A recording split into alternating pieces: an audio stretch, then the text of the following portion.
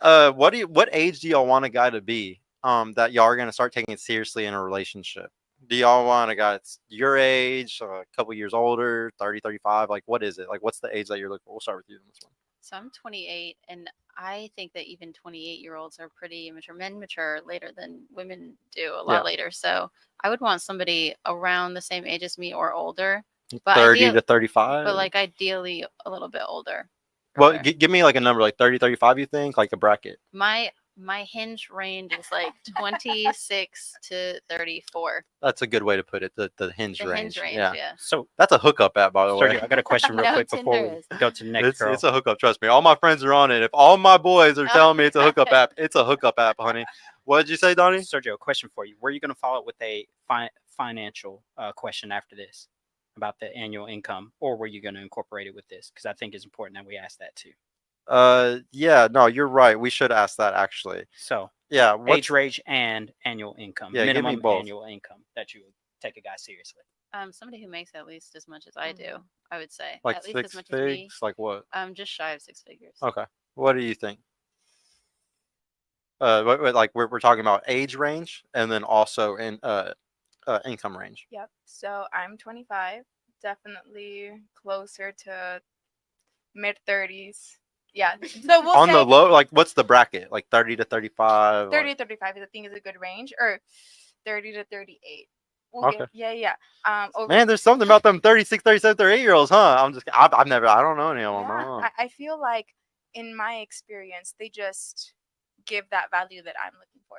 That makes So sense. definitely over 6 figures. I could see that. Definitely over 6 figures for that too. What's the age range? And then give me like an income range. For the age, I feel like it depends. I know like a bunch of like from my girlfriends that they're messing with 40-year-olds that they don't have their life together.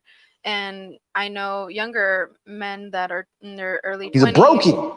Yes, early 20s, mid 20s, that they, have something going for themselves. So I think it depends. But Yeah. I think for me, 25 to 30. 25 to 30. Okay. And for income, I feel like now in today's income, like up close to like At least 6 figs. yeah. Yeah.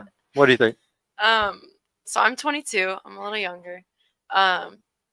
When I start looking to date, I would say a couple years older than me is the minimum. What's so the right max? now, max.